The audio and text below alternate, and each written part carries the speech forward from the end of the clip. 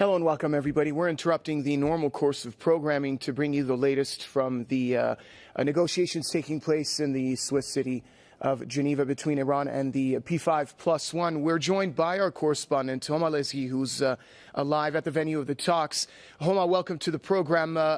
We're well into overtime of the negotiations, endless rounds of talks and negotiations taking place between the representatives of the two sides, key demands being highlighted by each party over and over again. And now we have reports by spokesman for Catherine Ashton, Mr. Michael Mann, stating that an agreement has been reached between the two parties. Tell us the latest, please.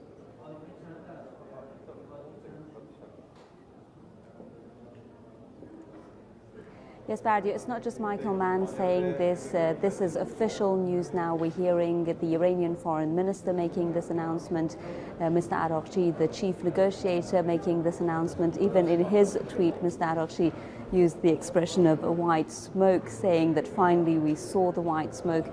You know, it's after 10 years, a decade of a dispute over Iran's nuclear energy program. This is a very historic moment that we're seeing take place here in Geneva. We're hearing of an agreement finally being reached between Iran and the six powers. But I have to again tell you here, as Iran has said before, this deal is only the initial step toward the final resolution of the nuclear issue, and we are expecting the details of this deal to be, outlined for us in detail in the press conference that we're attending right now just behind me.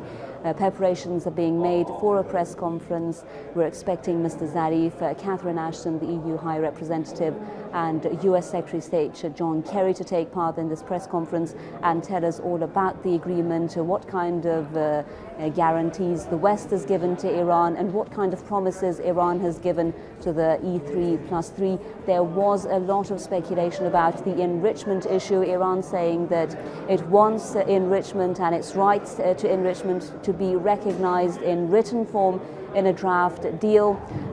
Apparently that has been agreed upon. Iran had said without that it would not sign any deal. So now that Iran is saying a deal has been reached, it's now official news. We are assuming that the E3+3 have agreed to recognize that right. I hope you can hear me through the noise here. It is quite busy as reporters are waiting for this crucial press conference. And Homa, if you can, tell us a little bit more about the nature of this agreement. It's truly a landmark moment. This is a decade-old dispute that the West has had with Iran over its nuclear energy program.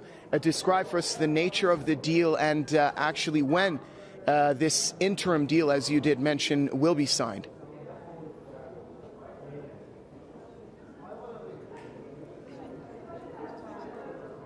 Well, I'd just like to mention for our viewers here, it's 3 a.m. local time here in Geneva. After 4 days of intense negotiations, we've finally reached a deal. Just hours earlier, Mr. Araghchi came out and he spoke to reporters. He said that these talks are going to continue throughout the night, and they may even continue until noon. Noon tomorrow, that is. Now we're seeing that before that time a deal has been reached. Some reports are telling us, Bardia, that the sides are going to go to the UN building where the signing ceremony is going to take place, where the six powers and Iran will sign this agreement. But something very significant about this agreement is, if it's true that the E3+3 has agreed to accept Iran's right to enrichment in written form, it would mean a lot. It would have a lot of implications. One of those implications, Bardia, is that, as the political observers that I've been speaking to telling me, if the West recognizes this right, it means that the resolutions that have been adopted by the UN Security Council against Iran will lose their effect and be null and void, because those resolutions are based on the criticism that Iran is enriching uranium. If these countries recognize that right for Iran, then the case of Iran's nuclear issue will be removed from the UN Security Council and referred back to the IAEA Board of Governors, and then it would be a matter between Iran and the IAEA, no longer a matter to be discussed by the UN Security Council. We know, of course, that 5 of the 6 powers are the permanent members of the United Nations Security Council. The other one is Germany, who are engaged and who have been engaged in negotiations about Iran's nuclear program for years now. And another aspect to the enrichment issue, if it's true that the E3+3 has recognized that right for Iran, a lot of people are saying is how this could mean that other countries who are members and signatories to the NPT would also realize that they have a right to enrich uranium, and they would enrich uranium. A lot has been said about that by political observers as well.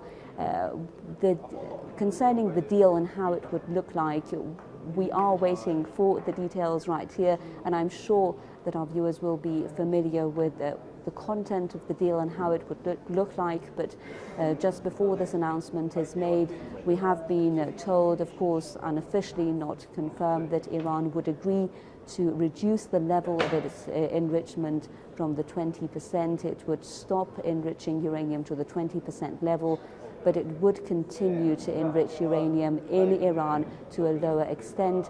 We're also hearing that Iran would agree to turn or convert the existing stockpile of its 20% enriched uranium into fuel rods in an effort to allay any concerns that its nuclear program could be directed towards non-peaceful purposes. And we're also hearing that Iran would agree to further IAEA inspections of its nuclear sites, all of its nuclear sites, that is, even beyond the IAEA safeguards agreement. And then we're hearing that in return and in response to these confidence-building measures by Iran, the other side, the Western side, the E3+3, has agreed, of course these are all unofficial, that they would ease some of the restrictions that have been imposed on Iran. We were hearing reports of between $8.5 to $10 billion of frozen assets to be returned to Iran, restrictions on some banks being removed so they can have financial transactions and bring that money back to Iran. We were hearing of the easing of restrictions on the auto industry section, and we're not sure right now about the sanctions on the oil sector. We know that, especially in the US Congress, there have been a lot of discussions on that. Lawmakers there saying that they want to even increase sanctions on Iran, especially on the oil sector, and it has been the White House, President Barack Obama himself, stopping them from doing that and saying he wants these negotiations to go forward and come to a conclusion before Congress takes any decisions about even further sanctions on Iran. A lot will be made clear once this press conference is held. We'll see how far the two sides have actually gone, but we know that Iran has always said that its red line is enrichment, that it would not have signed an agreement if it didn't include its right to enrich uranium in written form in a way that Iran could interpret it, rather in a way that the E3+3 are actually recognizing its right to enrichment, and that implying that Iran's nuclear program is being removed from the Security Council, being referred back to the IAEA. And a lot of after this agreement, a lot of the cooperation between Iran and the IAEA would be about further transparency, for further confidence building.